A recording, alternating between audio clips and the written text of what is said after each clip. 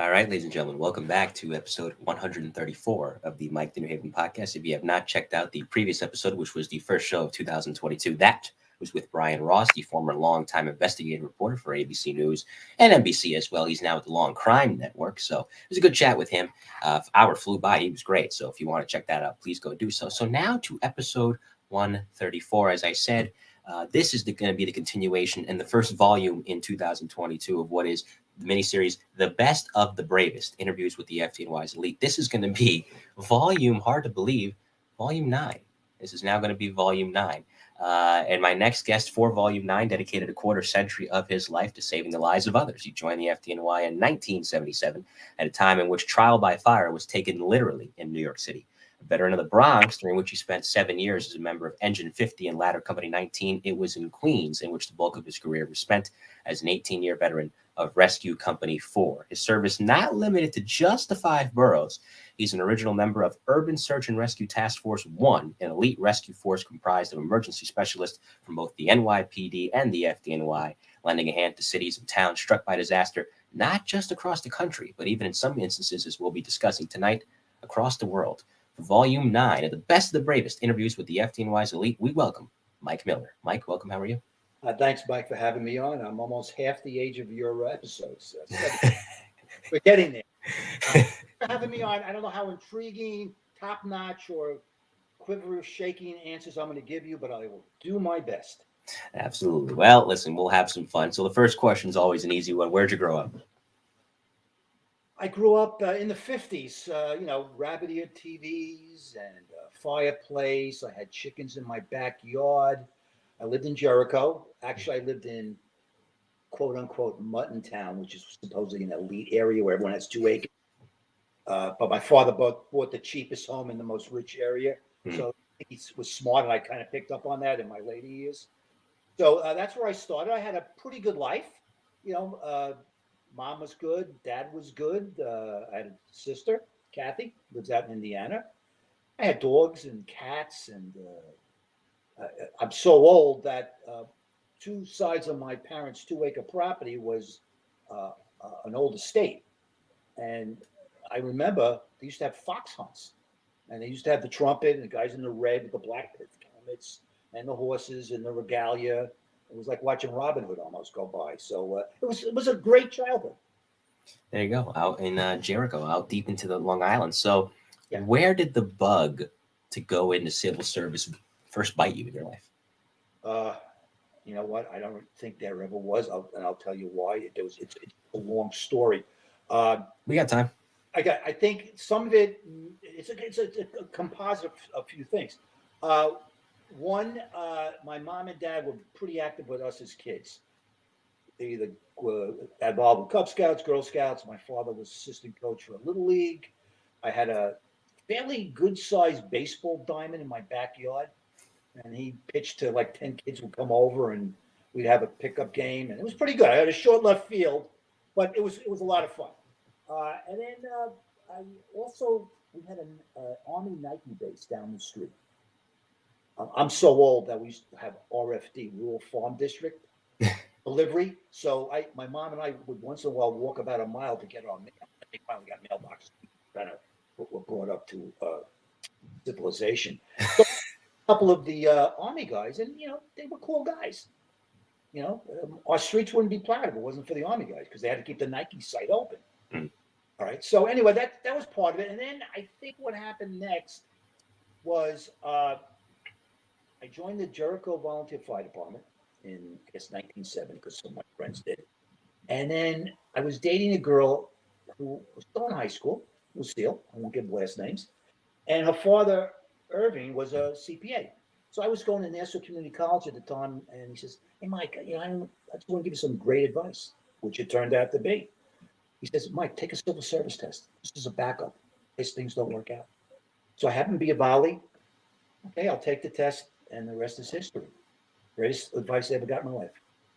Mike Milner is our guest here at the Mike to New Haven podcast. This is volume 9 of The Best of the Bravest, interviews with the FDNY's elite. So, when you joined the volleys at first, Right.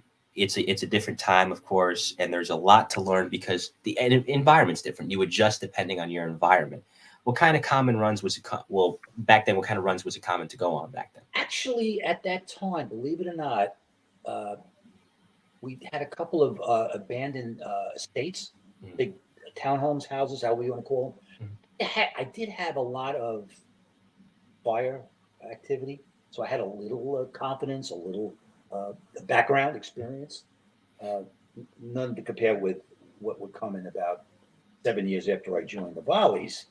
And I did learn a lot from them. I thought they knew a lot. And in reality, I really learned the job or refined my job techniques once I got into FDNY. You know, it's interesting in that, you know, when you joined the FDNY in 1977, you go through the academy. And I had this conversation with Tim Brown as well as Hank Millay, and that they didn't like the fact, the guys in the Firehouse, their first Firehouse, didn't like the fact that you guys had been in the Volleys prior, because now they felt, as Hank and Tim told me, okay, great, now we got to retrain you on everything. Is that what you found? No, no, not at all. Maybe because I got in during the war years. I don't know. I'm not taking any great guys. But I do know, very funny, there was a lieutenant at the Rock, and they were teaching us on the, I guess, a 1973-74 Baker Boom Mac chassis. And I was using the single axle rear in the Volleys. We got one, we probably one of the first Volleys in the nation that got a very similar style to what they were using in New York City. It was, high tech at the time. And I knew how to use the joystick from the Volleys in 4 different directions: left, right, up, down, extend, retract. And the lieutenant saw me do it. And boy, he didn't give a shit where I came from. Hey, you want to help me out? So I was helping them teach the new guys how to use the bucket the right way, or with an additional way of doing things in one motion. So I had no problems. None whatsoever. Oh, good. Good to know, because I was about to say, well, you kind of alluded to it, joining during the war years. I mean, you're coming into a time where it's like, do you have a pulse? Sure, come on, join the. You know what? You're kind of right. I got there. I had a friend on the job that had been laid off, worked as a toll collector, then as a bus driver, finally got rehired, and he kept me involved. You always tell me what's going on. I said, you know what, David, it's never going to happen. And you know what? It did happen eventually, but I didn't take it seriously, because you know what? You get motivated, and it's like you're waiting for that girl to pop out of the cake naked at a bachelor's party. And it doesn't happen, and you're like deflated. Oh shit! Oh, sorry. Excuse me. It's all right. Yeah. And so I didn't think I'd ever get the job. So when I got there. They were desperate for help, because, as you alluded to, Mike, there was 4 or 5 years they had nobody new. They were all old guys, not old guys, but they already had 5-7 years on the job. Mm-hmm. So when I got there, they actually treated me like their kid's son. Mm-hmm. I wasn't allowed into a certain area of the firehouse called the pit at 5019, where we were still rehydrating, if you get in aluminum can. So they kept me away from there, and they were right. Mike, you're a probie. You can't afford to lose your job. When you turn first grade, you want to have a Pabst Blue Ribbon, which was popular then. Come on down. So I was very lucky, and I had great guys. I met guys that were veterans, guys with scars from fires, and of course, in those days, you rode the back step of the engine. They had the subway straps, and it was death-defying. I mean, there was one guy, Robert Sinelli. He looked like the Red Devil on the paint can of the bar. He had those ears that looked like he was the devil, and he had that chiseled chin look and the deep black eyebrows. And you could see him when you were on the left side of the rig with the last guy on the back step, holding on for dear life. And as we crossed the intersection where there was these humps in the road, you could see his eyes lit up. He was waiting for someone to go, woo, flying off into the distance. So there was a lot of crazy guys. So I wasn't used to that in Jericho as a volley. They all went home to their moms. I went home to my mom. It was, nicey nice. And there it was, kid, let's go. It was a totally different world. Absolutely. It's funny. Let me give a shout out to the live chat before I continue. Sure. Cooney the Looney is here, William Cooney. And he gives you credit for giving him that nickname. Per usual, Margaret Hearn, Alicia B., Angela Ang, retired NYPD officer, is here. The Truth, and my sister, My sister's watching, so thank you, Judge, for being here. Appreciate it as always. So I, it kind of plays perfectly into what I wanted to ask you next because, Sure. Peter Blake alluded to this when he was on the show. Peter Blake, of course, retired lieutenant. When you have too much fire, you have a city that's in decay. And for as bad as that period was, the 70s and the 80s, some of the best firemen this city's ever had, some of the best cops this city's ever had, worked during that era. So do you feel that working during a time in which there was such a high volume of calls helped you learn the job quicker? Well, I look at it two ways. One, you're right, but I don't want to brag about that because that's just not my nature. But it's true. You get all that experience, yeah. But it's all relative to the time frame you're working in. I mean, you can't expect that nowadays. The city doesn't have those flee to the suburbs or moving to the project. I'm not the projects. The homes in the South Bronx. They built these big projects. I forgot what they're near Westchester or whatever. Anyway, Westchester Avenue at the far end towards City Island. So there was a lot of things going on. Plus, the city, the people that lived there knew that if they got burnt out, they could recoup their money from the. So there was a lot going on. I'm not taking sides because it's Murphy's Law. Everything has to come together for it to go crazy, and it all went crazy economically, socially, educationally. The landlords were involved, the tenants, people were leaving the city, and it was a big vacuum. And and politics got involved. Of course, they're always there, and that led to the war years in a lot of ways. And plus, O'Hagan got rid of a lot of guys for a while. He closed firehouses. There was a lot of going on at the time, and then we had a fake union strike with Benzini. There was a lot going on in those days, And when I got there just after it happened. I had to walk very softly on glass because there was some big, deep divides between the guys that crossed the line and the ones that did, and they both had valid reasons for why they did what they did. But I'm a probie. I can't open my mouth. Obviously, you got to keep quiet, and I did. Our friend Mike Kane, who as Truckee 117 in the Getting Salty chat, he says, we let Mike work in Tiller Ladder 117 once in a while. Yeah. You don't want me there. That's right. You know what's funny? I'm glad I got into rescue. I know we'll talk about that later. I think it was destiny. Just the stars were aligned. And we'll get to that story later. But I'm glad I went to a rescue. I got tired of pulling a hose or pulling ceilings. Leave those guys. Let them do it. I wanted to do other things. I just felt my head was capable of doing it. And when I say my head, it wasn't like I was walking around a huge basketball like, hey, look at me, I'm Mike Milner from a rescue. No, I enjoyed doing a lot of different things. Right. So I think it was just a good thing for me to do. Well, there was something that Paul Hashagen said to me, which I think is true, and I'm sure you'll agree with, is that anybody that's in special operations for the fire department, and by extension the police department, is relatively the same person. You want to do different things. You want to be a jack of all trades. And if you're going to be in a unit like ESU, or if you're going to be in a rescue or a squad company that's part of SOC, you have to be. There's no, you can be good at this, but maybe you're a little less than in this aspect. No, you have to be well-rounded in everything. Yeah, you do. Yeah, or I have to be willing to learn. Mm-hmm. Right. And as long as you're willing to learn, you'll pick up a lot of skills. Absolutely. So I always like to ask this to my cops and firemen, senior men in the firehouse, in the precincts. Right. For you, who helped you learn the job? As far as senior men? Yeah. You know what?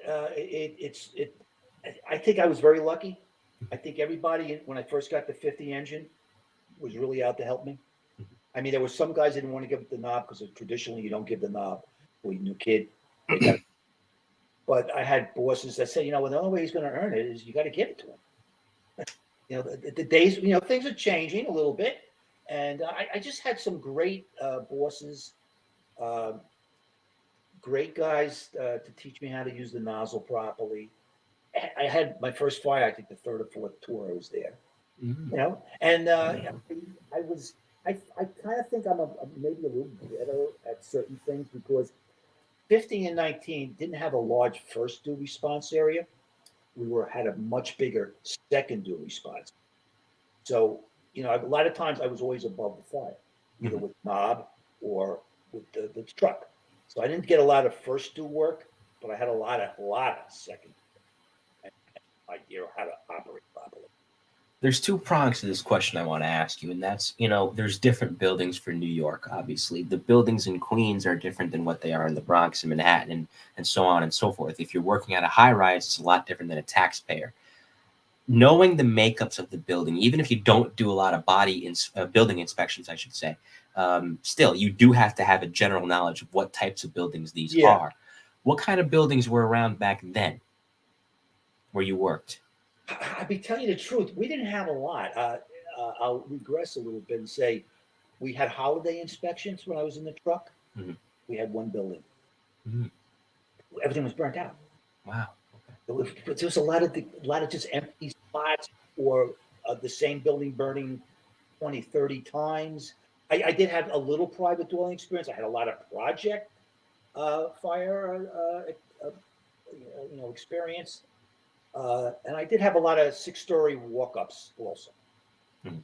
So, I had a varied thing. I had a couple of fires and taxpayers and stuff like that. But I think most of it was 6-story walk-ups for the most part, and projects.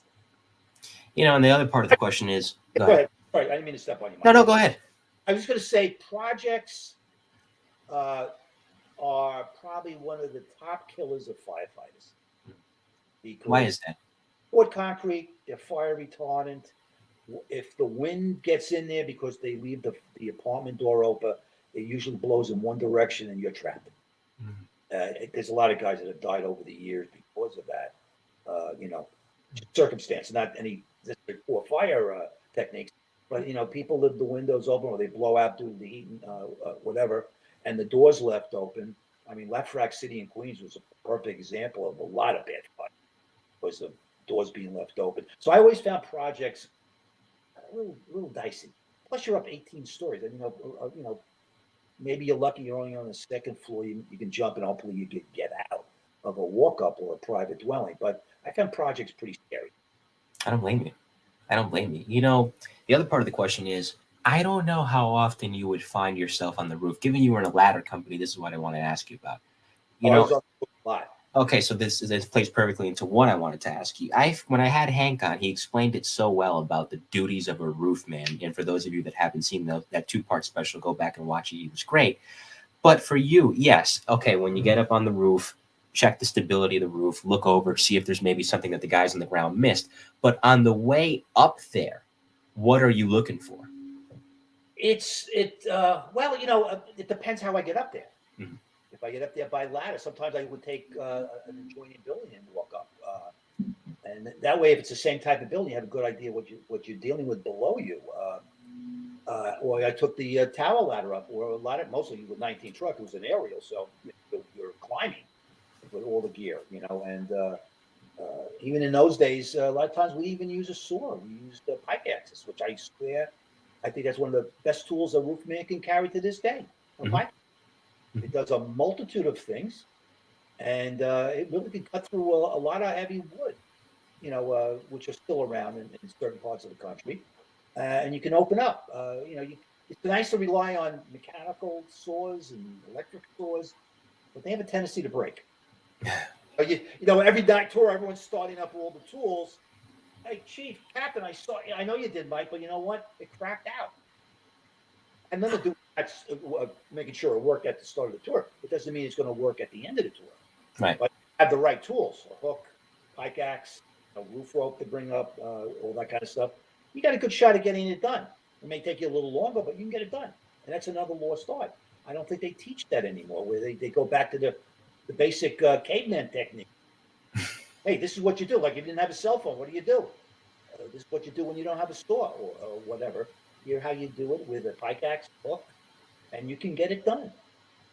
Because I think one key element that I've learned about this is when you get up there, ventilating a fire, depending on what kind of fire it is very important, to where maybe if you cut that roof open, granted, this isn't always the case, it's dependent on different factors, but maybe if you cut that roof open, a lot of the problems that guys are having in the building, particularly on the fire floor, don't completely dissipate, but they lessen to a considerable degree. It does lift everything up also.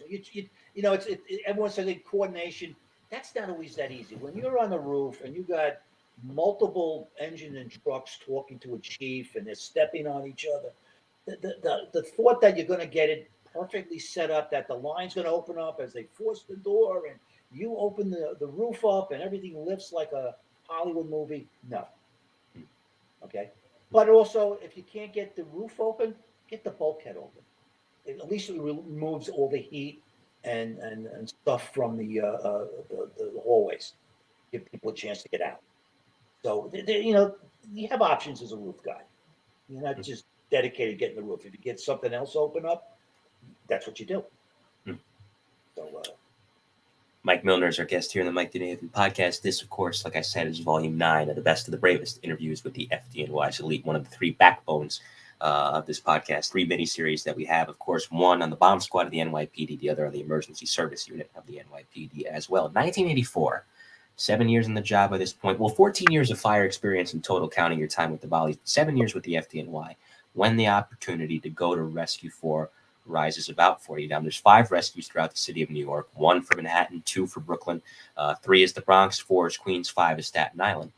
You've been in the Bronx for a while. 2-part question here. A, why not Rescue 3? And B, how did Rescue 4 come about for you? Okay. As far as Rescue 3, I always like working overtime there because they're really laid back like Rescue 4. But I never really saw them.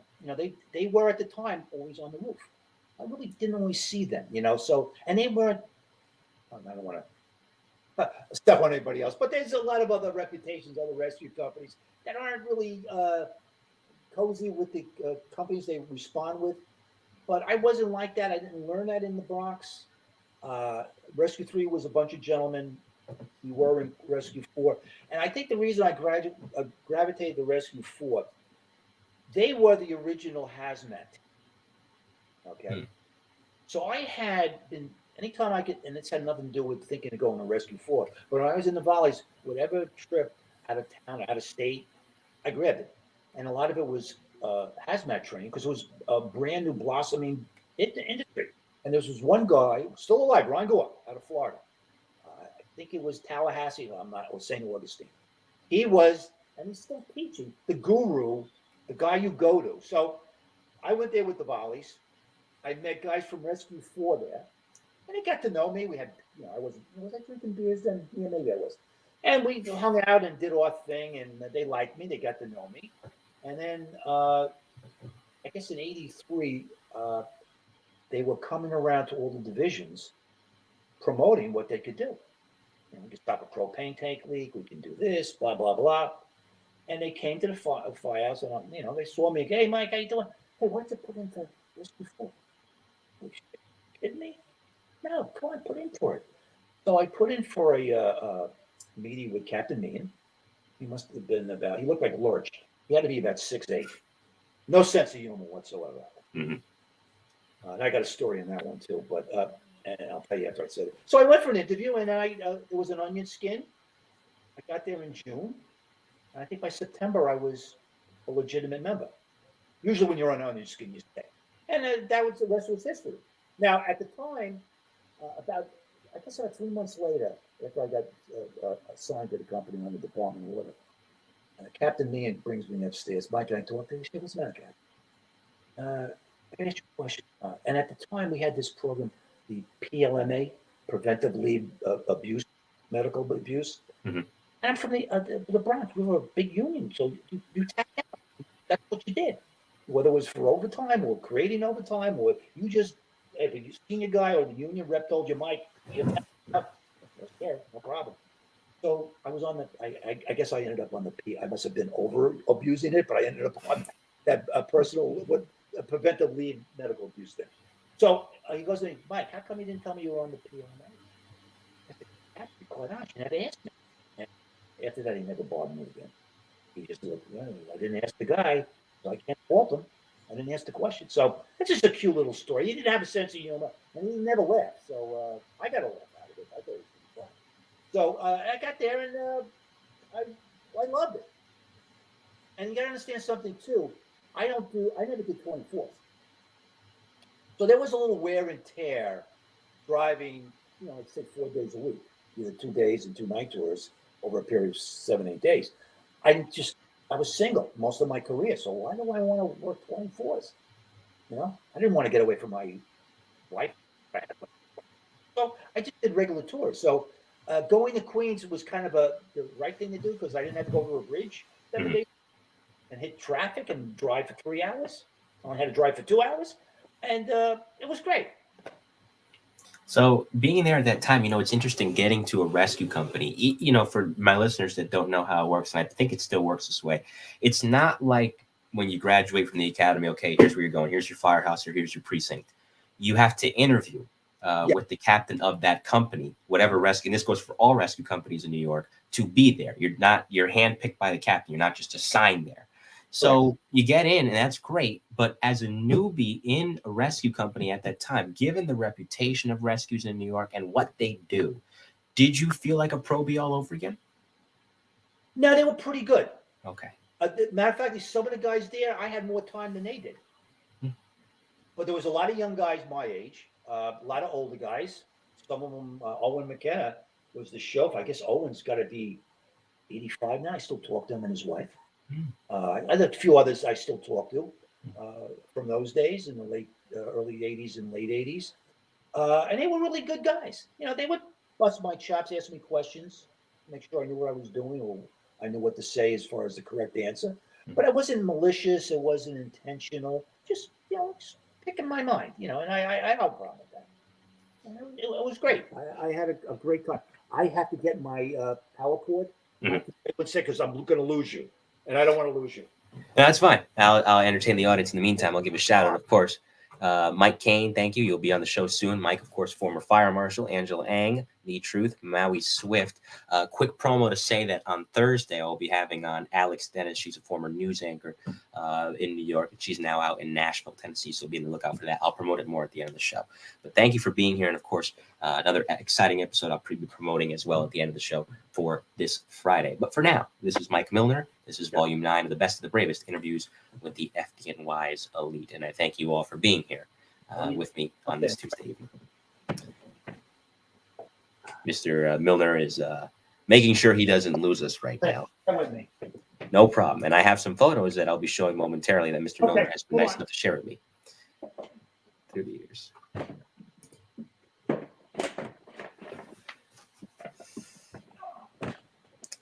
We're breaking the fourth wall right now. Yeah, you got my axe. It's a hard place to get to, huh? All right, we're gonna get there. No problem. Take your time. I'm just talking to the audience here. I'm sure this never happened before, so it's interesting. It is indeed.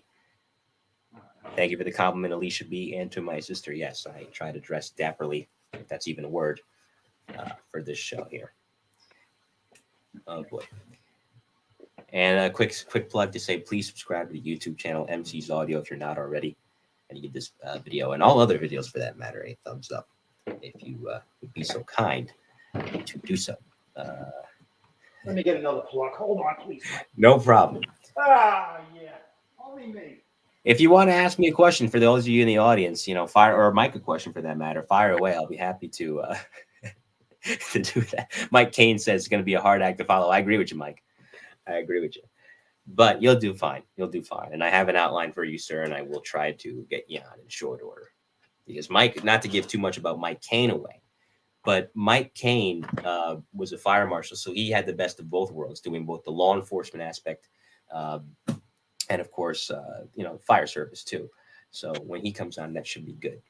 We got a lot of exciting shows on tap and more volumes, the Best of the Bravest, coming your way. See here. Oh, we got it, I think. Yes, we do. We're in business. We are in business. Plug it in and we're good to go. All right. No problem. Okay. You know what, Mike? I never do anything the right way, so it is what it is. Okay. That's fine. So we left off about the adjustment period. We were talking about the adjustment period in Rescue 4. It wasn't that bad for you, which is good. But this is interesting in that, Joel Kanaski, not on this show, but he once said it in the Still Riding documentary. Right. Joel Kanaski, of course, from Rescue One, that we ride in a big toolbox. Those trucks are really exactly that, a big toolbox. There's so many different things on that rig for just about every scenario that you can think of. How quickly, or what did you make it a point? I imagine you did, but I'll ask the question anyway. Did you make it a point as soon as you got into the company, when there was no runs going on and there was some that rare quiet time in the firehouse, to go to the rig and learn each tool, or at least as many as you could, about what was on it? Yeah, I did that. A lot of personal, just my own curiosity, picking out a tool, working with it. We always drilled. So we always out breaking up concrete, forcing doors, cutting roofs, lifting with airbags, cars, using the torches, the meters. So, after a while, you get pretty good at it. Now, are there some people better at certain things? I wasn't that great with the mechanical advantages and stuff. I was good with my knots. But at the time, I think gave you a picture of me with a cat. Yes. That was in a Manhattan. It was Hmm. special called. And I got sent in there between two walls about this size because at the time, I was 150 pounds. So I was like Kevin Shea was in Rescue One. I was the dope on the rope. I was a skinny guy. So we had better guys with the pulley system, but Mike could fit in that wall, and that's the end of the line anyway. We got to get that person and cat out. So we all gravitated to things we really were good at. Get that comfort zone. So it kind of worked out. When you have 5-6 guys in a rig and they all have something that you can't do as well, well, why don't you make him do the anchor point and set up the pulley system? And Mike's the skinniest guy here, and he's the throwaway. We'll throw him into the crevice or the hole. So there's always a place for everybody. And I never felt out of place, and I never felt that, oh, gee, just because I'm in rescue, I can't do everything 100% because you can't. No one's that good at anything that they could say that, and if they do, they make a big mistake. So you always went to the guy that was a little better to you, and vice versa. What I could do. So it all worked out. It was great. So I had no trouble with the big toolbox. There you go. I call it the boy's head truck, but that's me. That works too. Like I said, when Mike was getting the plugs together, I have some photos, quite a few photos that he sent me. I guess in that vein, in that spirit, when you mentioned the throwaway line, of course, I guess that's what's happening here. Yeah, this was a drill in Con Ed. They had stacks 300 feet up. So we went there one day for training from the Rock.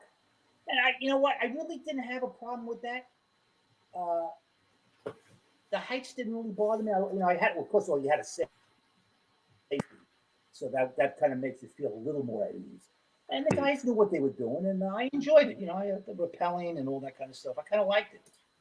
I always would raise my hand. I'll go. No problem.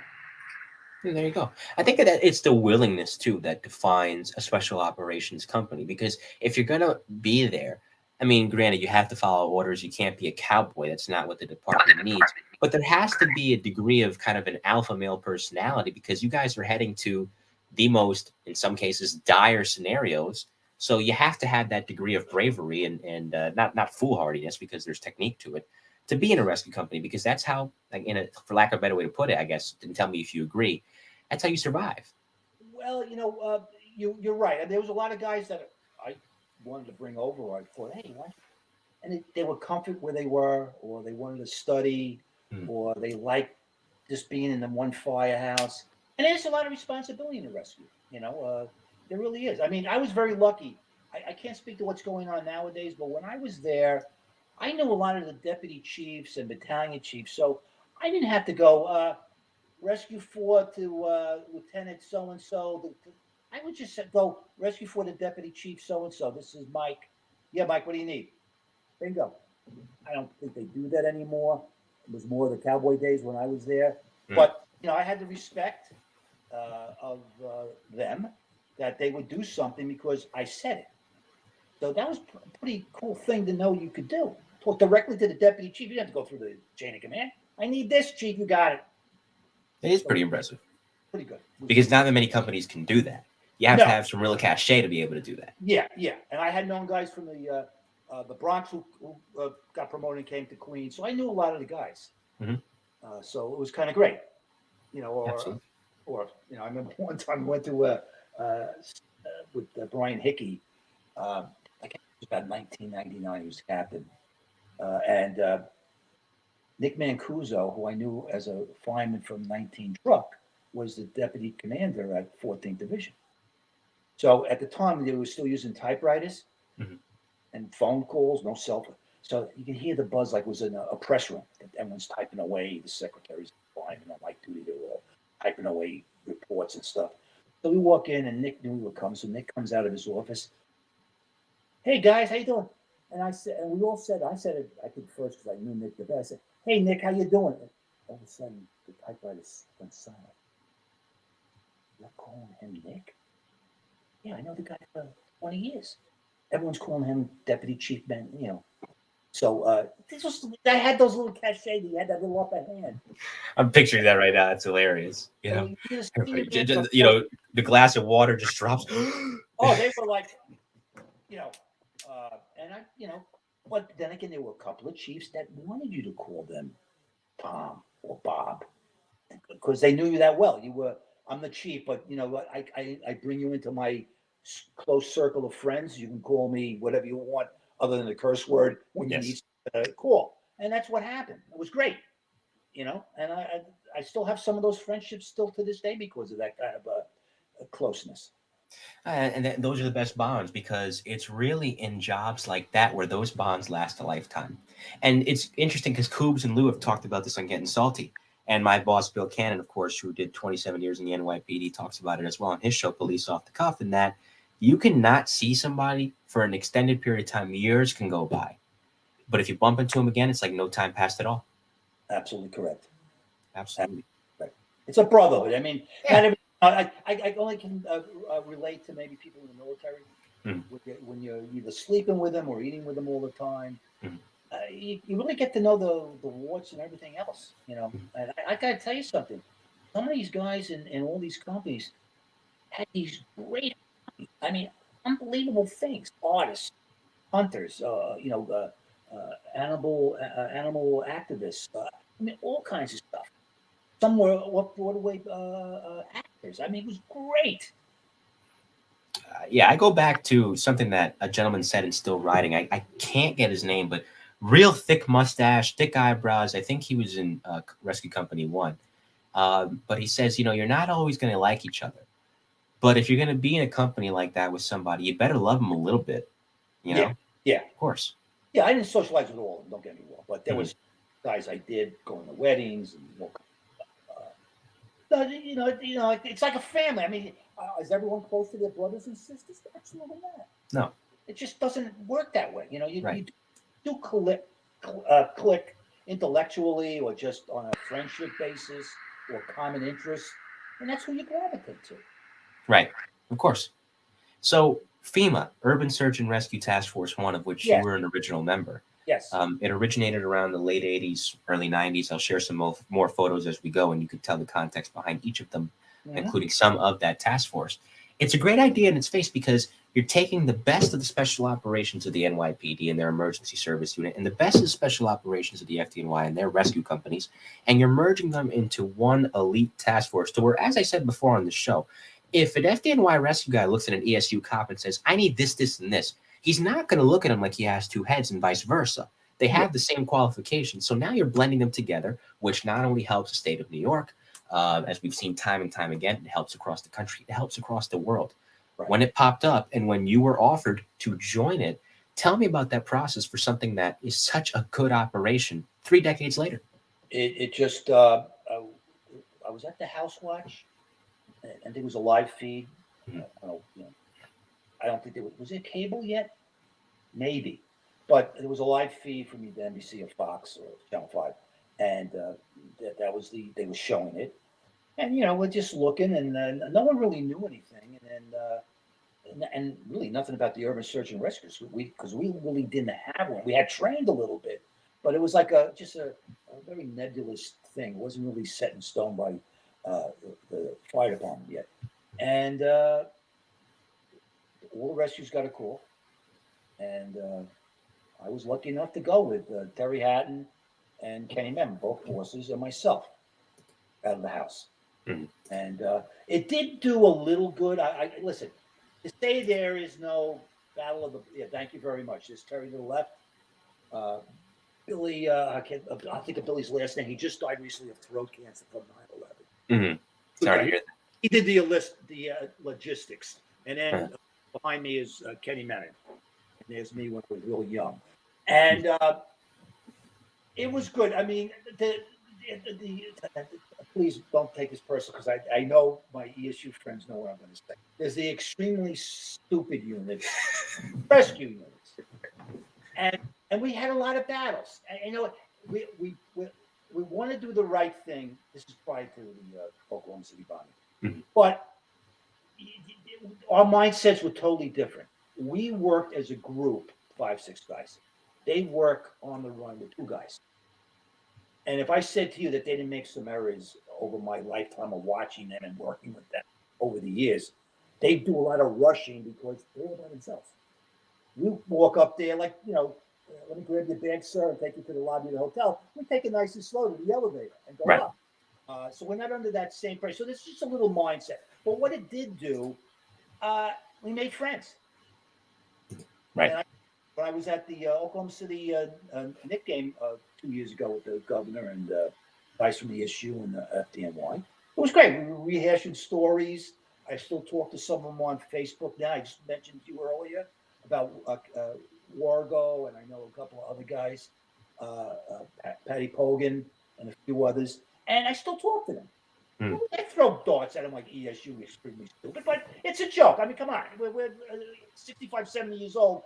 If you can't laugh now, then, you know. You're never going to laugh. No, it's true. Because, you know, there was something that, I think it was Kenny Winkler. Kenny Winkler was a one truck guy, and I think you went down there with him in Oklahoma City in 95. Kenny's a great guy.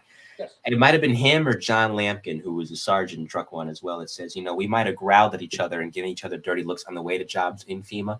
But once the jobs were done, we were hugging and we were the best of buddies. Yeah, no problem. And I think, like I said, I think it kind of worked as a positive for both ends, the issue and FDNY rescue. So it was a good thing. So I have no regrets at all. And we had a great time with the Mother Slab in Oklahoma. We caused a lot of problems. We ended up doing the night shift because we were smarter than a couple of the other idiots from other departments in, I'm not going to say Virginia Beach, but I will. I don't give a hell. But they caused a couple of problems.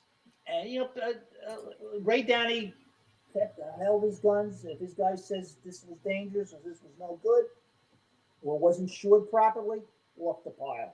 Yeah. And he was right. 99% of course. of the time, he was 100% right. Now, he had input from some really smart guys, don't get me wrong, on the team. But you know what? He was God. He knew exactly what he was doing.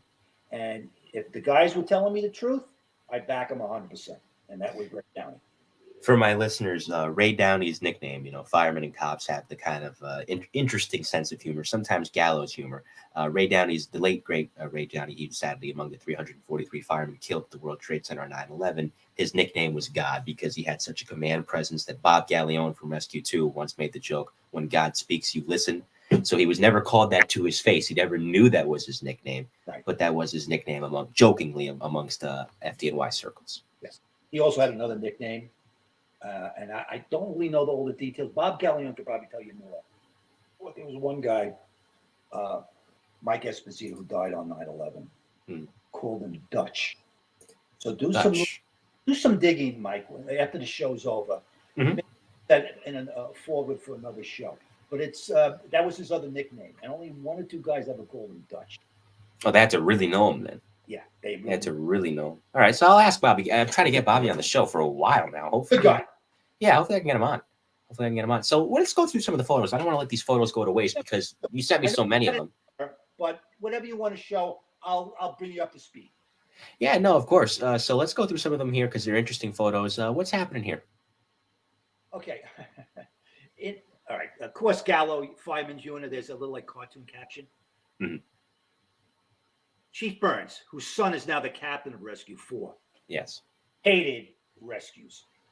Really? He did? So I was getting a medal, and of course, the caption's like, I like to screw this son of a bitch. That was the caption over Chief Burns' head. with Safer and Mayor Giuliani, and I can't think of the union guy in the middle. So that's just a little, and I tell his son the story all the time. Your father really didn't like rescues. It's all fireman's humor, so it's no big deal. I don't wish anybody any bad luck. No, of course. And here. Oh, with yes, there is Paul Newton, great guy. We were I don't know where we driving around, okay, and I still wasn't in 19 yet, but I covered it up like 50 front with a piece of rubber because I'm in the truck now. Oh my, that's my mindset. So they were doing Fort Apache, the movie. Ah, really? Okay. Yes. So there was a trail, and then all the big lights were up already, and the skims and the gels and all the other stuff that they use in film work. And so I think Whitey, I can't think of Whitey's last name. He was from 60 Engine. He was covering that day. So he went in and knocked on the door, and we're all like outside looking, salivating for Paul Newman. He opens the door. I think he had a beer in his hand. He said, give me okay. Maybe a minute. I think he just wanted to swallow the rest of the beer down. He came out. We talked. He took a couple of pictures with us. I just think it's a great. He just seemed like a nice guy, and I think he was. On and off the camera, I think he just was a nice guy. And so there's the picture. I really cherish that picture. Oh, it's a great picture. And here, is that some of that rescue cachet going on? Well, you got the shortest district attorney from Queens, Brown. Tom Williams, I was with him the day he died. And then right behind him is Bill Feehan. Bill Meehan. Feehan, he became chief department commissioner. And Tom knew everybody. And no one, I remember one time, we come up to a fire. I don't know if it was a 1075, might even been all hands, and the battalion chief goes to him.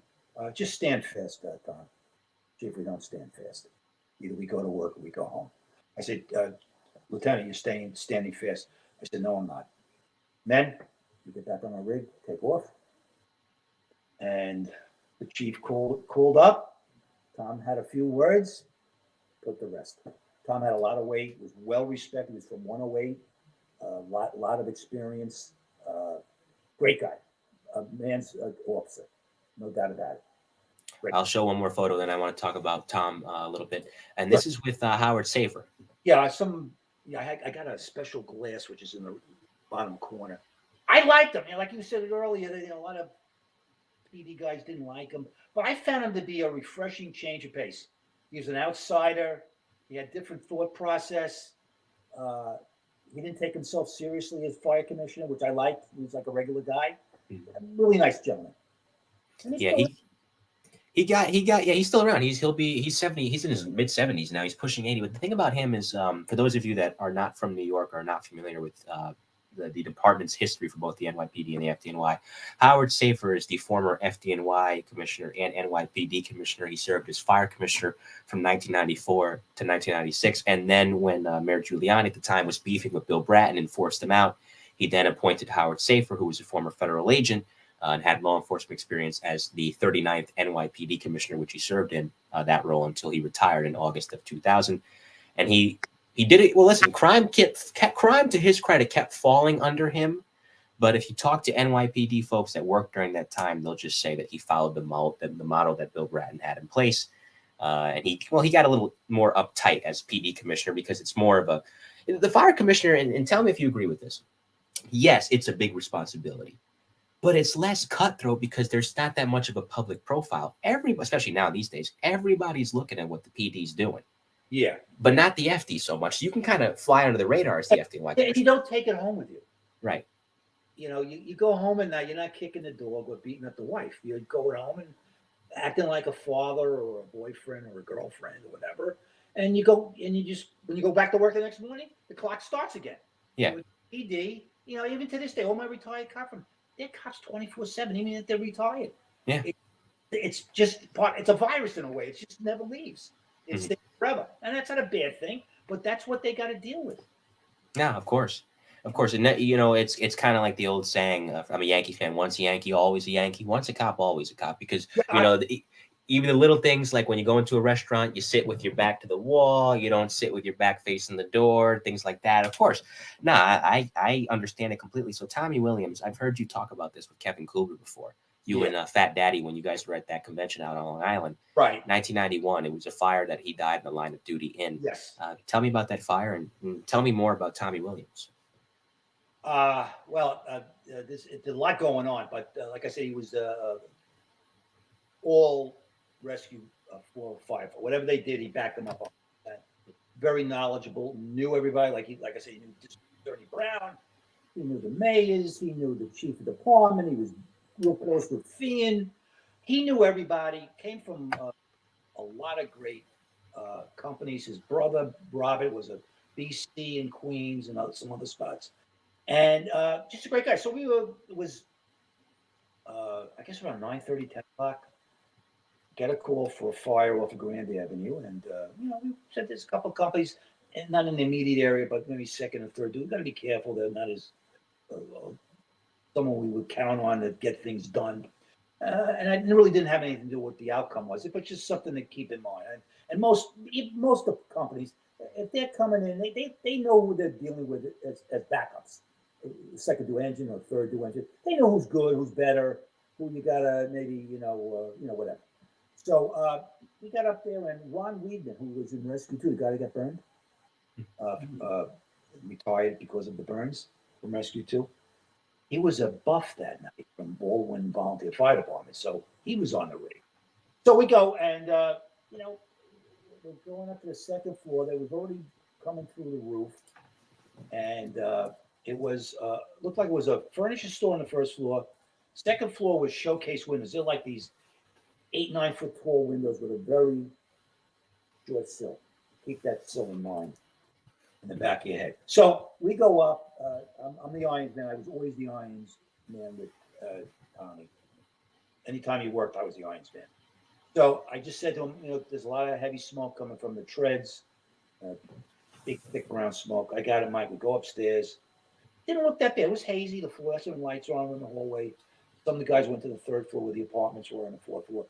And we go into this office where there were a lot of shelving perpendicular to the walls, desks, chairs, displays, all kinds of stuff.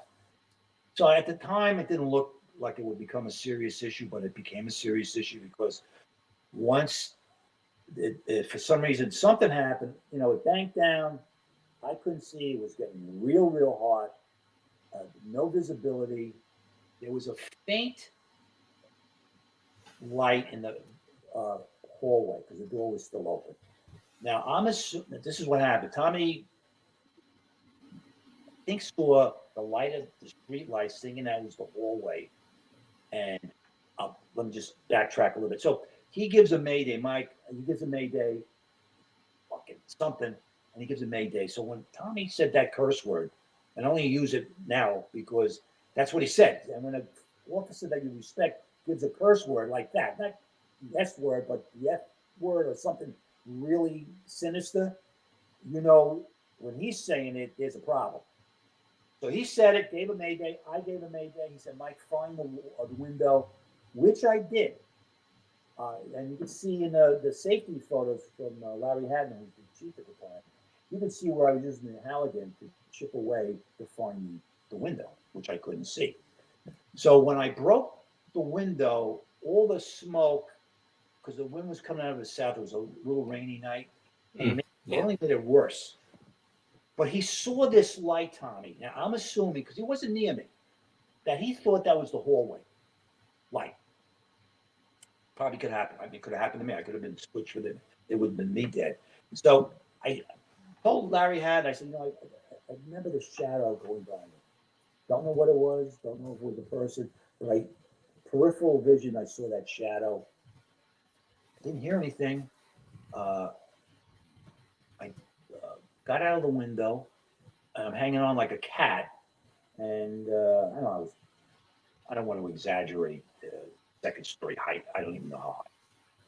But mice. They said, you got to let go. You're gonna burn yourself to death if you stay up there any longer. So I let go. I fell back on my Scott bottle. I rolled around, and there's Tommy. They're working on him already. Cracked skull. He hit the curb of the sidewalk. And, there's a picture of me working on him.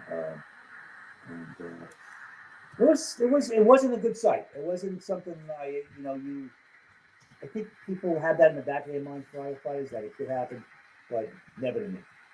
And Of course. it happened. I tried to help out with CPR, but the paramedic said he already had air in his cranium, so basically it was done. So, I always keep that picture available, and it's pretty good, graphic. And I don't look at it lightly, or I don't show it to people lightly. I look at it to show people, when there's a line of duty death and you're directly involved, for good and bad. And there's a lot of good things that happen because of it, and a lot of bad things happen because of it. And somehow you got to deal with it. And that was the first night I met Michael Judge. That was his first line of duty death. When Tommy died, he was at the hospital in Elmhurst. So, it just, it led to, I guess a lot of issues down the road. I remember one time, this is also what happens with line of duty deaths. You think it's only put them in a casket, you grieve and you move on. About 2 years, a year later, or 2 years later, one of the guys, Eddie Monahan, comes to work. Mike, I didn't see you at Tommy's daughter's wedding. What wedding? Now, he was going to, possibly be my best man at my wedding. And I think, and I know it for a fact, because eventually we put our personal opinions aside, his wife, Pat, and we talked about it. About 25 years later, we figured it out. She just had a lot of, I don't know, I want to use the word hate. That's a bad word to use. But I think she was very upset that I was survived and Tommy didn't. So I had a little survivor's guilt for a lot of years. I still do in a way. Could I have done something different? Did I do anything wrong? And then of course I had the Father's Day explosion. So after a while, I became like, every time there was a death in the rescue of Queens, I'm getting phone calls. Mike, were you there? So I had this black cloud over my head for a while, and that's a hard thing to handle in its own right. So that's why I'm big on mental health awareness. I have a certificate in that, so I do talk to people because it's a big deal, and it's underfunded in a lot of departments. Not so much big career departments, but smaller or volunteer fire departments. It's like, it's not that important. Oh, it is very important. Oh, for sure. And we're putting a greater emphasis on it now. And I will get to the Father's Day fire in a second, because 2001 was a very tragic year for Rescue 4 in many respects, with that and, of course, September 11th. Right. But 1998 is when we get these squads, is when we get a new, well, the squads has been around before, but never in the capacity that they were being used in 98, when the Special Operations Command is launched. And so a lot of guys that I've spoken to that were in rescue companies loved it, because you would think, and I was curious about this, I'm like, was there an ego thing where they were wondering, oh, we've been doing this for years, now they want to give us this, we can do it on our own? But guys were like, no, we're happy that this help is here, we're happy that they're willing to be able to put these companies into effect so that we're not alone on these calls, and the more the merrier. So having 288, 270, 41, 18, I'm missing one, 61, and there's another one that's eluding me right now, I believe Squad 4, 252. Right. It was absorbed. So having those squads in place to where if there's an emergency, not just in Queens, but citywide, you have them there to supplement you. Right. When did you first see and notice the positive impact of the SOC squads? Well, I knew it right away, because I don't even look at it from your point of view. I looked at it this way. The more squads we had, the more chances we had to beat the issue into a box. There's nothing else to say. That's how I looked at it. More the merrier. The more squads, the more chances we commit or outnumber them. This is just, this is how we think sometimes. We have, just like I said earlier, different mindsets. And to me, having Canary Yellow guys was a big deal. I thought it was great. Right. And trained with them, and we knew that if we couldn't make that call, they would meet the issue at the front door or at the car accident. So I thought it was great. More the merrier. To me, it was great. I thought, I mean, a lot of them were young kids that had no backgrounds, but you learn. Right. And they were eager to learn. They were eager to learn, which is a good thing. I mean, I'd be honest with you. Kubler and Kevin Hughes and a couple other guys. I've always said when I worked in Queens as a rescue guy, Mike, you were one of the nicest guys we ever met in rescue. I had no animosity. I had no ego. Hey, you're on the job? Great. Come on in. That's the time. So, I just thought having the squads there was a great move. And they put one in Staten Island recently, which I think is a great idea, especially at the south end where they're all by themselves. But they'll get a lot more work out of it. They'll build up their experience level and everything. So I just thought it was a great idea. No, of course. And the beauty of it, as I covered when Tim was on the show the other day, Rescue 1 was at a separate call. So they weren't available to go to this particular call. Squad 288 came in from Queens and acted as Rescue 1. Brilliant. Oh yeah, like I said, I don't have a problem with that. Mm-hmm. I don't have kind of ego, Michael. I just not, a lot of people say, well, why don't you guys talk about all this stuff about FDNY on the Getting Salty podcast? But at the end of the day, I look at it this way: I got enough fruit salad here.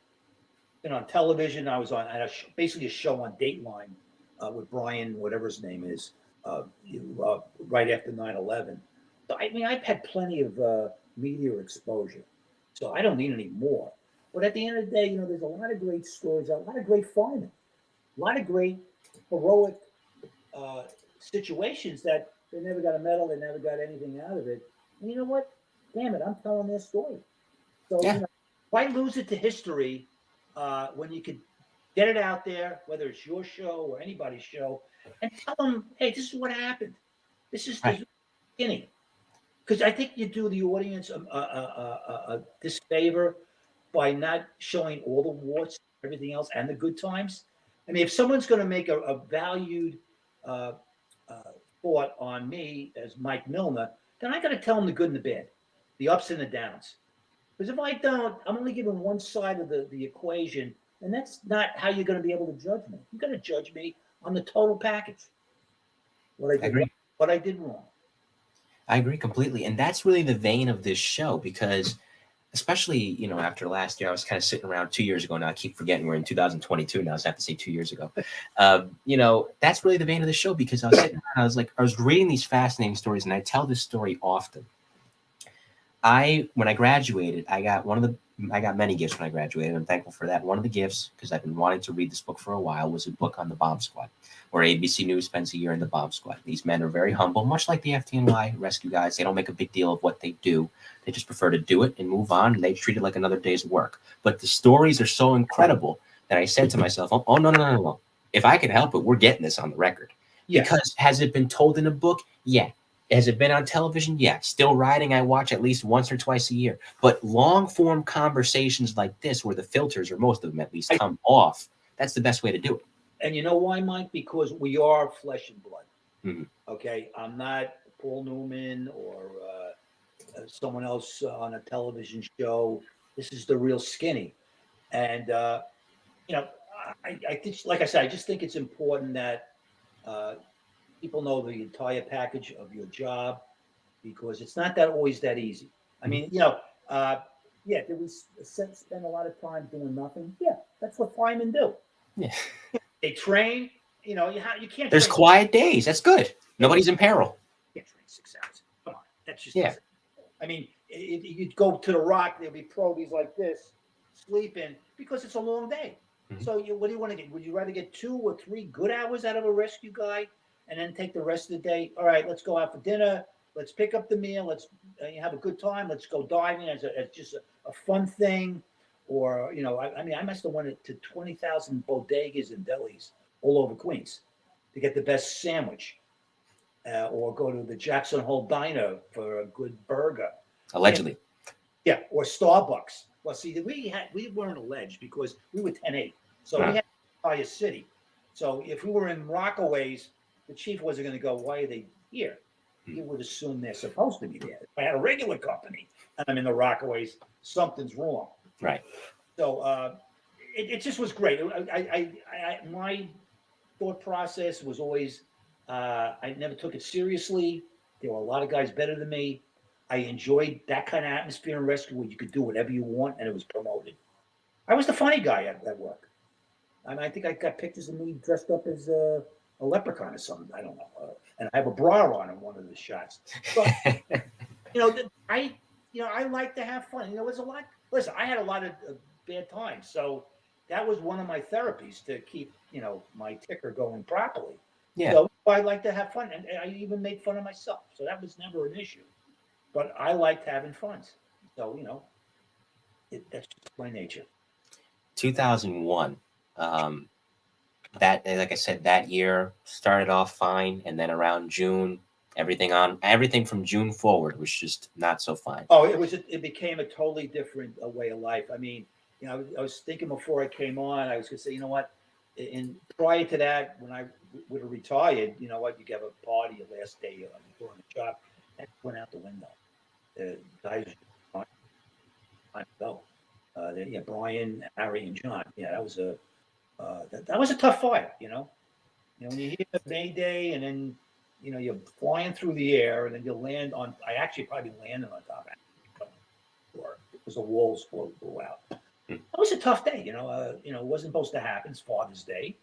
I think if we weren't going into the Bronx and turned around at the Triborough Plaza to come back to Queens, if we were somewhere else, Harry, Brian, and John will probably still be alive today because the time frame would have changed. Oh yeah, So that's you have no control over your life. You really don't. So when something as bad as that happened, it could have, would have, maybe if we made a left or someone didn't go as fast or we had different positions at the fire, things would have been different. But it's the luck of the draw. I mean, go ahead. No, I don't mean to cut you off. It's for the listeners that may not be familiar, this was June of 2001 on Father's Day, and there was what was this? Was like a factory of some sort that caught fire. On a paint hardware store. Mm. There was a lot of storage of veneer and paints and varnish. Well, who knows? And a couple of kids, I think, started a fire in the rear, and one thing led to another, and 3 guys died. It could have been me that day. An explosion occurred, right? Yes. It trapped them. I went flying in the air, hit my head in the ceiling, and I ended up out in daylight. Like it's almost like a cartoon where the stars are all around your head. Yeah. Like a Donald Duck movie or a Mickey Mouse. Right. And then, I got my composure. I helped drag out another guy who was trapped under like one of these marquee signs at the hardware store. Mm-hmm. And then I went back to work. It's funny, things are as bad as they are. Like you see these movies on television with Robin Mitchum and the war pictures. Right. Actually, that's what happens. You just go back to work. Mm-hmm. You're not going, hey, Mom, get a cup of coffee or I've had it, my day's over. No, you go back to work. Like you just keep going. And that's the nature of the fire service, at least for FDNY. Before I get to the other day and in reference to that photo with the prior, well, yeah, like I said, you know what? I got a kick out of it. The guys that worked it, the audience on Queens Boulevard loved it. I got a lot of horns and yeah. So it relieved the monotony, or it might have been a bad fire or just a bad day, or maybe the guy had a bad day at home with his wife and kids. So hey, it happens. Head's going to make you laugh. So why not? I think what's pivoting back to 01, I think what's so haunting about it is there's plenty of photos, not graphic, but just showing the companies on scene that day of that fire in June, and you see all the guys from SOC, you see all the guys from the rescue company. Chief Fian was there, Chief Gansey was there, and just 3 months later, all these same guys would die at the Trade Center. And there's a great story about Chief Gansey from that day, to where he's the chief of the department. He does not need to go in there. He's the highest uniformed guy on the scene. They want to keep him protected as possible. He's digging in there as if he just got on the job. And one of the guys is telling him, Chief, get out of there. You're going to get hurt. He says, and he would have none of it. He wanted to get to those guys as everybody else did. For most guys.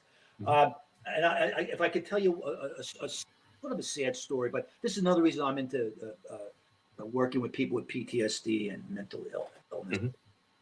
There was one guy who was in rescue force, Bronx, and it kind of the two things I'm about to really put him into a spiral. He had a mutual on Father's Day, so he wasn't working, and he had a mutual on 9/11. And after that, he kind of deteriorated. He's back on track now. It took a long time. Understandably. He really did find the skill.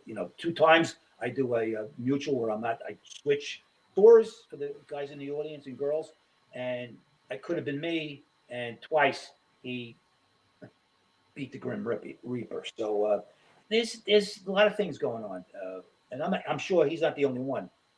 A lot of guys in soccer and regular companies probably have that survival skill. I could have been. I should have been working. Damn it! Why? But it is what it is. When you were off duty, which again I go back to what Bob Gallione said, and Bob put it so bluntly, as is Bob's fashion. Not that I'm knocking him. It's just as that's just who Bob is, and Bob's a great guy, and hopefully he can be on the show soon. I hope so. He said if you were still riding, if you were working in a rescue company that day, you died, because everybody that was on duty for rescue companies 1 through 5 didn't make it that day. It's the guys that were off duty that are still here. So you're coming down there and you see a scene like this, debris everywhere. It looks like a scene out of a movie. Now that was the only rescue, which is now on display at the Hall of Fame in Phoenix, Arizona, their museum, great museum. Matter of fact, I'm sure. And that was the only serviceable rescue. The other ones were either totally destroyed or really in bad shape. And that was parked near Pace University, I believe, because they had set up a morgue across the street when we brought it home that night. So just a little intervention.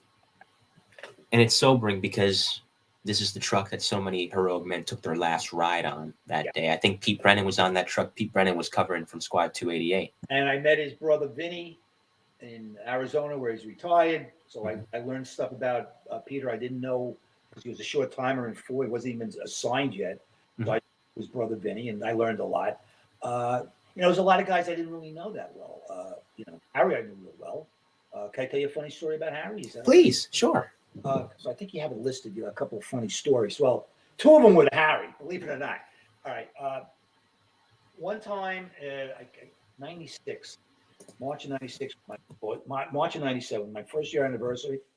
So I'm sitting at the kitchen table. Harry's always did the New York Daily News crossword puzzle. He's very good at it. Very smart guy. He also was a laborer or a stagehand for one of the unions. He did the Crosby show and a whole bunch of stuff. So anyway, Harry, I'm going to Mount Tremblant next month. It's Melissa and I's first year anniversary of marriage in Air Canada. Oh, my sister-in-law Julie works for Air Canada. I'll get you first class champagne, blah, blah, blah. Okay. So keep in mind, there was a 19-year difference between myself and my wife. Okay. So anyway, we go up there and, we get on the queue at the LaGuardia. And I know where this blonde, Mr. and Mrs. Milner. Cut the line, special service to the gate, champagne coming and going. And coming and going, we're going like, how the hell is Julie? I never met the girl. She knows us. So remember, the 19-year difference. So I go back to the Firehouse, and there's Harry on cross the puzzle. Hey, how was your trip? I'm like, Harry, how did Julie know who we were? Well, Mike, I said, look for the old man with his daughter. And, you got a big, there was a lot of guys. Of course, there's guys in the room. You don't do that when there's no one. There's nobody there, yeah. But an audience. And so everyone got a little chuckle out of it. I sure did. And he was just waiting for that moment. He never gave it up. Never gave a clue that he was setting me up. And then another time, Harry, they used to call him Harry the horse. He had calf muscles like Clydesdales. So this, I guess, was the late 90s. In the late 90s, we were sometimes getting rusted out Suburbans as replacements for the rescue rig when they went down to Long Island City to the shops to be repaired. So one time, Harry just said, hey, listen, to Lieutenant Whiteside. Lieutenant Whiteside, And I don't know why he sent me John Weishite, but I went with Harry. So we brought the rig down there. But before we left the house, he said, John, I hope they're not screwing us. I'm not coming back here with a Suburban. All right, don't worry. I got a promise from the shops. They're going to give you a spare rig. Well, sure enough, no spare rig. There was a rusted out Suburban. And Harry said, that's it. So we walked from Long Island City to the quarters of rescue for now. I want to talk. Harry must have been walking 10 miles an hour because I could hardly keep up with him. So we get back to the firehouse. The doors are open and we had these long stairways. So John's coming down. He goes, Harry, here's the rig. John, you better shut up. What's the matter, Harry? Because if I had my wallet, Mike and I'd be drinking beers right now. And John just went upstairs, and I guess he figured it out, and he got spare rig eventually. So Harry, did what he wanted to do. He had a lot of experience from 108, well known, and he could get away with these things. Great guy. A lot of great guys, a lot of great characters that even if they're not here, they live on. They live on through the stories that are being told. As earlier, Mike, I said about getting salty, telling these stories. I mean, I had a lot of fruit salad, but I remember this one guy, Lieutenant Fred Pridge. He was one of my first bosses at 50. And I was in the truck and already signed Richard Vendito, the only Italian I ever met with freckles. And he swears that the Irish came to Sicily and something happened with his great, mother or something. So red hair, freckles, and he's as Italian as you could want. Vendito. So anyway, something happened. We got blown out of the front door of the second story apartment. I didn't do anything special. I took my hook, closed the door. When I got back to the firehouse, Mike, coming upstairs was Fred Pridge. Didn't know me of anything. He just said, Mike, what a great job. That was a good move.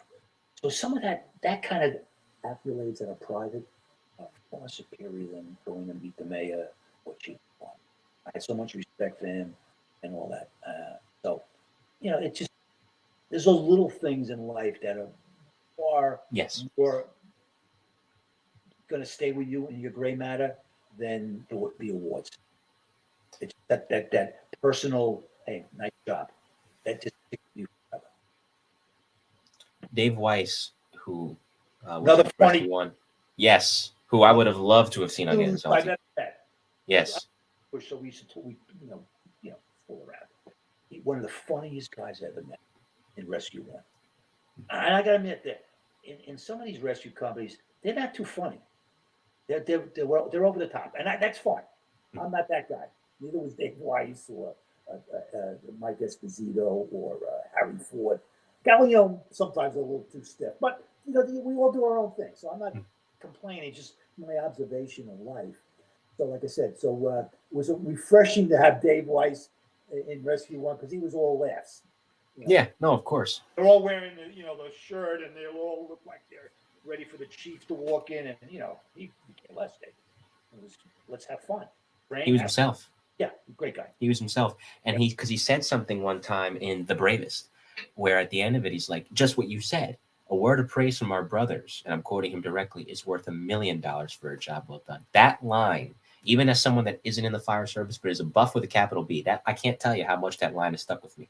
Like I said, that when Fred Pridge did that in his office upstairs, that was the best thing I ever received as far as a data boy. Private, no one knew about it unless I said something, and to this day, it's right.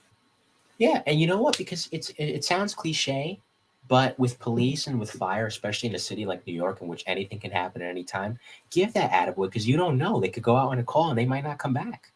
Well, you know what? It's funny you said that. My ex-wife, who I'm very close with, she always says, Mike, you never want to go home at night.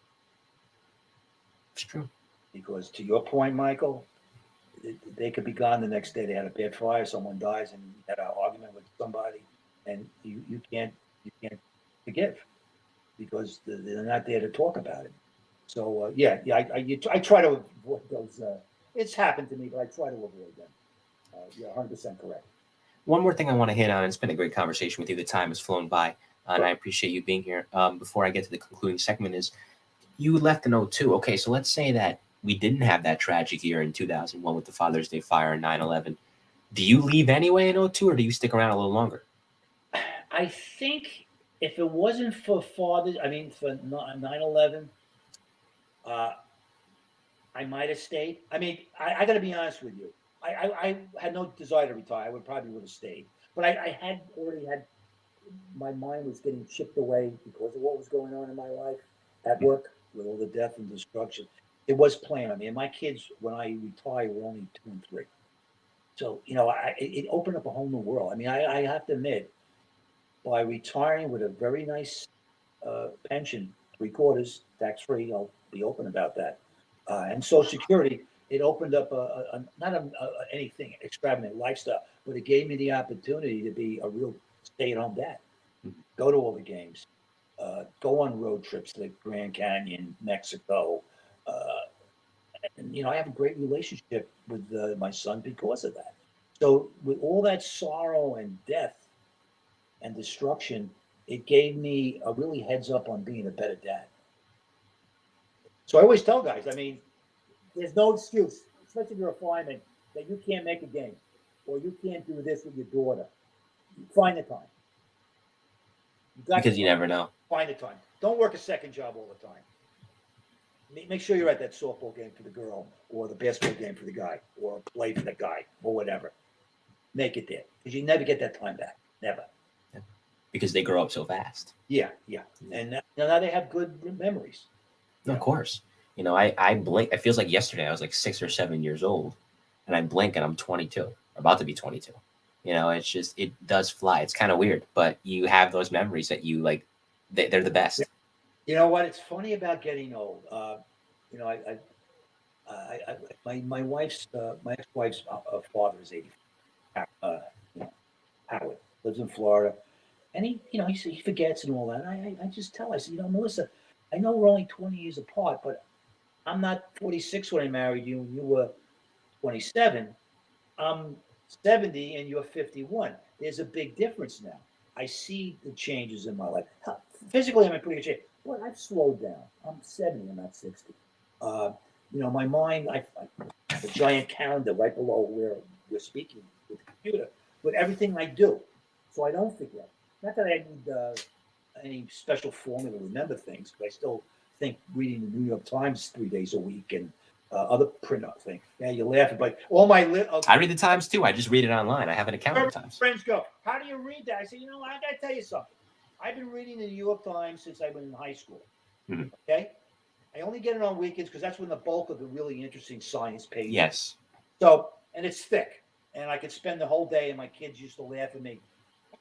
You're reading the paper. It's been 3 hours later. You read. I said, because I love reading the paper. There's so much to absorb. So I get a big lot of knowledge from whatever's fit to print on the gray lady. Of course. I love it.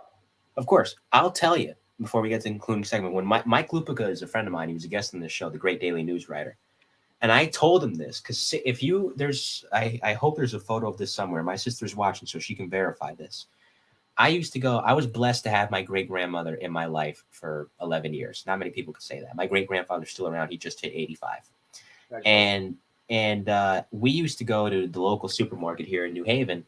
And my great grandmother was beloved by everybody, which meant that getting 5 things at the store took 5 hours because she would stop and talk to everybody. So I would get so exasperated as a 6 or 7-year-old that I would say, hey, can I go to the front where the papers are? And she's like, yeah, just make sure that you stay where I could see you. And the store was small, so she could see me just fine. And I would be, and this is how I started reading Mike Lupica, and I've been reading the Daily News ever since. I would be, as a big sports fan, at the little counter, legs crossed with the Daily News, little 6, 7-year-old me reading Lupica. Yeah. Yep. Yeah. I just love, I'm from the old school, so reading the paper, could I get it all digital, Newsday and a couple of other papers? But there's something about the ink. Ink, yes. Tactile, and you feel it, and you rub it off your white shirt, and it gets the T-shirt dirty. I just find a lot. Let me ask you a question. There used to be a restaurant back in the late 70s called The Vault. Mm-hmm. I never heard of it. And I used to go there. My sister went to college in Southern Connecticut. Mm-hmm. I think the name of this college, and they had she always went to New Haven and hung out. So I used to meet her up there all the time. And She went to UConn? no, I don't know where she went. Oh, okay. She had to get to college, but it was in Southern Connecticut, but she was near New Haven. So I was. Oh, Southern. Yeah, that's what it's called. Yeah. Southern. And she was always at the vault. And it was Yeah. an old bank, and you go downstairs, and there's a vault. It was, 18-year-old, you could still drink. So it was a massive puke party, but it was great time. Great time. Absolutely. And I have an archived folder here somewhere of I saved the papers from when the Giants beat the Patriots a second time and when the Yankees won the World Series. Right. I will still go through that folder on occasion and read that because it brings you right back. Because like you said, the ink. Right. This has been a conversation that I've enjoyed immensely. I know, and I hope that you have too. So now it is time for the concluding segment of the show called Rapid Fire. 5 hit and run questions for me, 5 answers for me. You can say pass. Are you ready? Yes, I'm ready. So this first one, if it's not G-rated, this is why I say you could say pass. The funniest call you ever responded to? Probably I was in rescue, mm-hmm. and Gus Bush, God rest his soul, was in my rescue. Came over to the Firehouse, and he lived nearby. I got squirrels in my attic or something. Okay, let's go. So we all go there, and it was like a Rocky the Flying Squirrel. All of a sudden, we opened the door, and these 3 squirrels jumped at us like they were ready to attack us in our lives. So that's kind of one of the funny stories. 5 rescue guys, Big Blue, and all that nonsense, and 3 midget squirrels scared the hell out of us, and we took off. So that's my funny story. I thought that was pretty hilarious. Big tools, Halligan's axes, like we dropped the tools and ran. The big man. No, I that's not the first animal story I've been told because my friend, shout out to him, Anthony Lisi, who was a sergeant at ESU. And if you see Sergeant Lisi, big guy, strong guy, tattoos, and there was a time where he had to respond to the reports of a cat, like a wild, like really raging out cat. And he goes up, he pulls up, he was in truck 5 in Staten Island. And he says, "You called us for a cat?" And the patrol officer was outside saying, "Wait till you see this cat." Stepped in. And that cat was definitely worth its fighting weight, let me tell you. You got a second? Yes. Second question? Yes. Hold on. Sure. And if you haven't checked out that episode with Tony Lisi, go back, because that cat story is hilarious. The cat was looking at him. If you're watching on YouTube, you can see the cat was looking at him like this. And then I think it lunged at them. So that is just a glimpse of what our rescue companies in New York and ESU will do, because let me tell you something. There's interesting calls. It's New York. You're bound to have a few interesting calls. Things that you just don't see every day. It's why I love the city so much. It's why I love chronicling these guys so much. I'm a buff. I'm not ashamed to say it. But hey, it's good. It's good stuff. It's good Michael? stuff. Yes. Okay. 30 pounds of Maine Coon. Sure, your buddy had a cat to this. This guy is huge. He's adorable. He's adorable. He's a good cat. Okay. I'm ready. Second most uplifting call you ever responded to? Oh, okay. Flight 007 that crashed into the East River. I was there with Chris Blackwell, God rest his soul, Jerry Murtha, who was just a member of rescue. We went into the tail section. It was getting scary. At one time, the water was coming up so high, we were going to have to bail out and leave her to die. But we were able to get Anna out. And she was a great lady from, I believe, South Carolina. I think she's the only one that ever did it. She gave me, Jerry, and Chris each $200 check for saving her life. What a great, just a gentleman of a woman. What a great person. That's awesome. Yeah, really great. Chris Blackwell, another guy from Rescue 3 that sadly was lost on 9/11. If you haven't checked out, for those of you that may not be familiar, watch my interview with Tim Brown. Tim and Chris were very good friends. And they had this greeting, you've probably seen it, where you probably know what I'm talking about. They'd come to attention. Tim described this to me. Chris always had a cigar in his mouth. They'd take out the cigar, give each other a kiss on the lips, and come back to attention. Got a story on that. But I'll say, if you ever have me on again, I have tons. I will. Believe me. Go ahead. Number 3. I'm ready. Old school rigs, the Max, or new school rigs? I like the smaller single axle Max, where you rode the back on the bench, because it was easier to get to a location because it wasn't so long and wide. and you were hanging out with the guys, so you could talk up a scenario or who's got what do you want to do, what do you think, and it was comfy. Fourth, favorite bar or restaurant in New York City? There were two. One was Positano's. It was a big place in the Village. Matter of fact, the OJ was there with the ex-wife that no longer is here, but he was really cool. She was cool. You know, of course, I had a lot of martinis. I was with my girlfriend. I've been there more than once. At the time, what a great guy. What do I know? Hey, I was OJ. He was cool. Yes. And then another place was the Garage, which was in the same area, no longer there. Old Studebaker garage that they converted into a restaurant. And my girlfriend at the time worked in Manhattan. She was an advertising exec. So, is it free? It's for me. So, it was free, and I went for the ride. I was on the arm, shall we say? Yeah, I was the eye candy. She had the wallet, and we were all over the place. So those are my two cool places I used to enjoy going to. Fifth and finally, given all your experiences, what advice would you give any young firefighter coming on the job now? It's quite simple. Listen, shut up, and no bragging. All right. You go. Don't tell me what you did in the volleys or what you did in another truck company or engine. Just sit there, absorb it all, because it'll come around where it's your turn. Eventually, you'll be the lion on top of the hill. Just take your time. You got 20 years to learn the job, study or not study. Just take it easy. There's no rush. It's a marathon, not a sprint. Yeah. You want to be the last man standing, So that's it. Mike, don't say goodbye yet. We'll say our goodbyes off the air. This has been a fascinating episode, Volume 9 of the Best, the Bravest interviews with the FDNY Elite. Before we go, any shout-outs you want to give? Well, I will be going to Kentucky, not in the tornado area, but I will with the Terry Farrell Foundation, which was named after Terry Farrell, who died at 9/11 from Rescue 4. His brother has a fund. So we're going to be going with a caravan starting Thursday night out of Bethpage, New York. And hopefully with the snow and the bad weather, we're going to get there by Friday afternoon. And then come right back. Stay overnight real quick. I think the local volunteer fire departments, they live on a shoestring, believe me. They have nothing. So they're going to be happy to get some bumpers, helmets, lights, SCBAs. So we're just doing the right thing, giving back a little bit. It's all for the cause. And it just feels good. Absolutely. And I love that. It's good stuff. I hope it all goes well for you. Well, On my end, of course, as always, my shout out is to Mike, first and foremost. He was a great guest, a great guy to talk to. And of course, to the audience, one last shout out to the live chat. Thank you to Mike Kane, of course, Fire Marshal. He'll be on the show soon in his own right. Truckee 117, of course, as you know him from Getting Salty.